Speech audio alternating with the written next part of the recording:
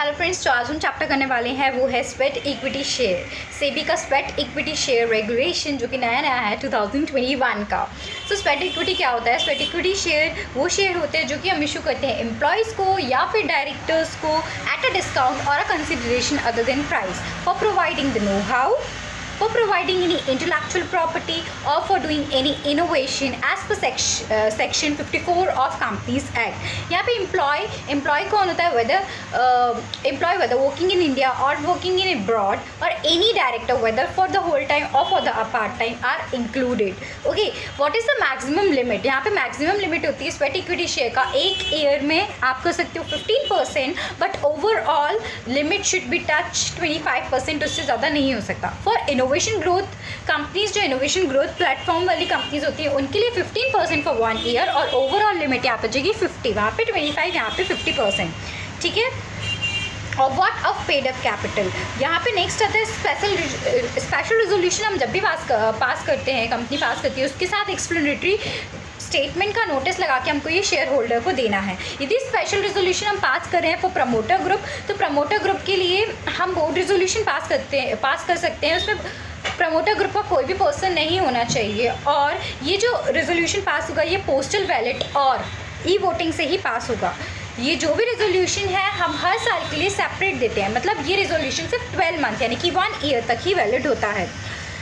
Next, pricing जो भी होती है इन शेयर्स की वो as per the preferential allotment होती है, जो कि हमने ICDR में पढ़ा था।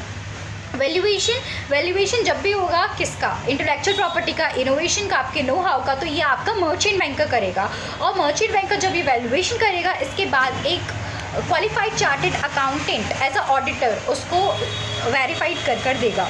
अकाउंटिंग ट्रीटमेंट क्या होता है इसकी लैंग्वेज पे हमें ध्यान देना। स्वेट इक्विटी शेयर, तो if the asset forms the part of non-consideration, if take a form of amortization or else depreciation, then it will be carry forward to the balance sheet and as per the accounting standard। मैं एक बार और बोल देती हूँ, sorry.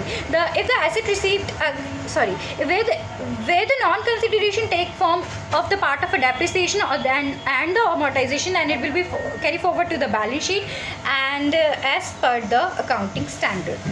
And if the asset were not according to the clause A, means not taking the part of a depreciation or amortization, then it should be treated as the expense as per the accounting standard. ठीक है, ये आपका treatment हो गया।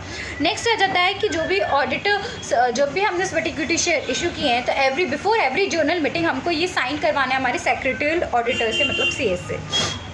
ठीक है ना, ये मैनेजरियल रेम्यूनरेशन का पार्ट बनते हैं क्वेश्चन मार्क। तो हाँ, मैनेजरियल रेम्यूनरेशन का पार्ट बनेंगे as per under section 196 and 197। अगर ये इशू किए गए हैं डायरेक्टर्स या फिर मैनेजर को, या फिर ये नॉन कंसिडरेशन कैरी फॉरवर्ड हुआ है किसमें? बैलेंस शीट में, तो ये इसका पार्ट बन जाएगा। ठीक है। The sweat equity share issued will be considered as a part of non-managerial remuneration under section 196 and 197 etc, provided if the sweat equity share is issued to the director or a manager, or if the amount of non-consideration that will be carried forward to the balance sheet will be considered in the limit। ठीक है।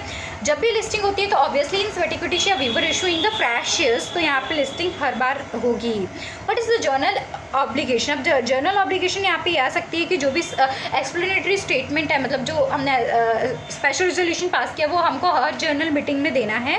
Secretarial audit, मतलब जो audit issue किया करने के बाद वो हमको बिफोर जर्नल मीटिंग देना है।